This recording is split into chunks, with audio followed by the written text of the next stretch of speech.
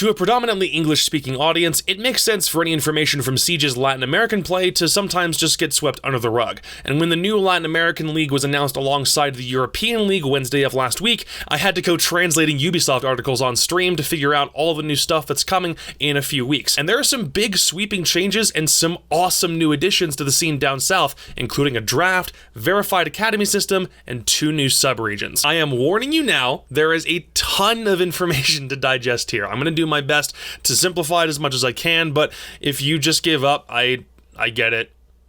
I kind of wanted to die writing this script, I'm not gonna lie. Since Latin America was added as a major region back at the beginning of year 2, every single Pro League player has come from Brazil. But now the region is adding 2 new sub-regions in order to help the region kind of build more talent. Mexico, and South America, which incorporates Argentina, Chile, and Peru. Brazil will obviously still be the heavyweight as all the best talent and the biggest organizations are signed over there, but now a bigger opportunity is being given to the rest of the area. Brazil is now upped to 10 teams from 8 for the last season of Pro League, but there might be some confusion about why some teams from last season of LATAM Pro League aren't a part of this new format. Let me explain. BR6 is the country's national league format that's been used since 2017, and Ubisoft Brazil has adopted this format for their competition moving forward, so we have to take the results from their previous season into account. FaZe Clan, Team Liquid, Ninjas in Pajamas, Black Dragons, INTZ, MIBR, and Team One are all taking part, as well as Furia Esports, who signed an orgless team that made it through BR6 relegations, and W7M Gaming and Santos Esports, who made their way via a closed qualifier. The Brazilian season kicks off at some point in June in a best-of-2 round robin, which means every team plays every other team twice on the same play day every stage. Kind of similar to the way that the Six Masters works, or the way that Challenger League worked for both North America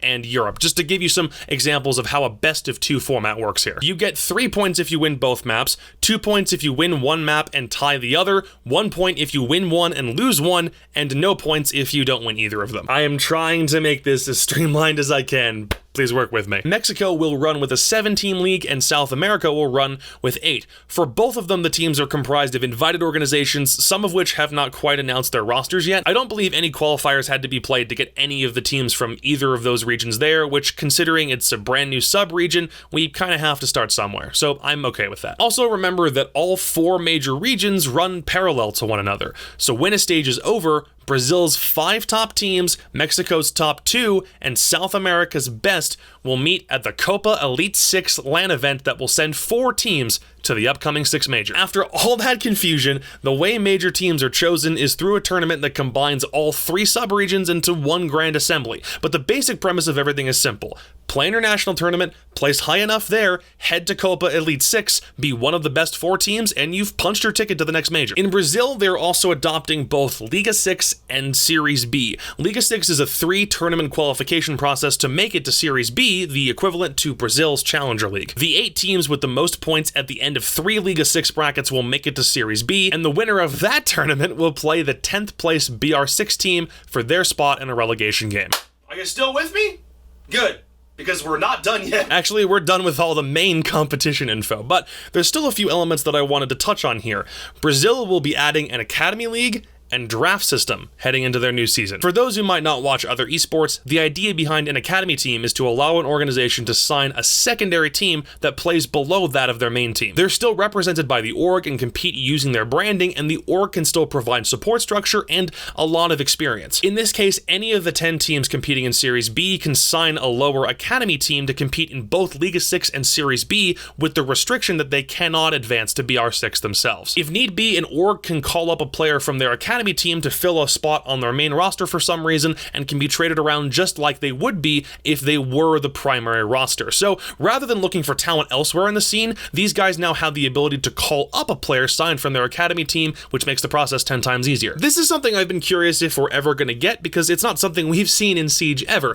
Teams running under the same parent company were previously barred from signing more than one roster at a time. That's why we never saw Immortals, MIBR, and Optic Gaming in the scene at the same time. Now with an academy system in place, we can see teams representing some of the biggest orgs in Siege playing with new rosters on a lower scale, which is honestly really exciting. It does nothing but grow more talent and get more people invested, and I'm all for it. But what I think is probably coolest is Brazil is getting a draft night. And according to the Ubisoft blog post, similar to that of the NBA draft. All 10 BR6 teams will be given one draft selection and can select a player who's not already on a team to go to either their primary or academy lineups. And it's all taking place at a gala event with a red carpet and everything. Draft order is apparently based on where teams placed in the previous season, with the worst teams picking first, so similar to traditional esports without resorting to a lottery system. To me, this is big, because it's helping legitimize Siege just a little bit more.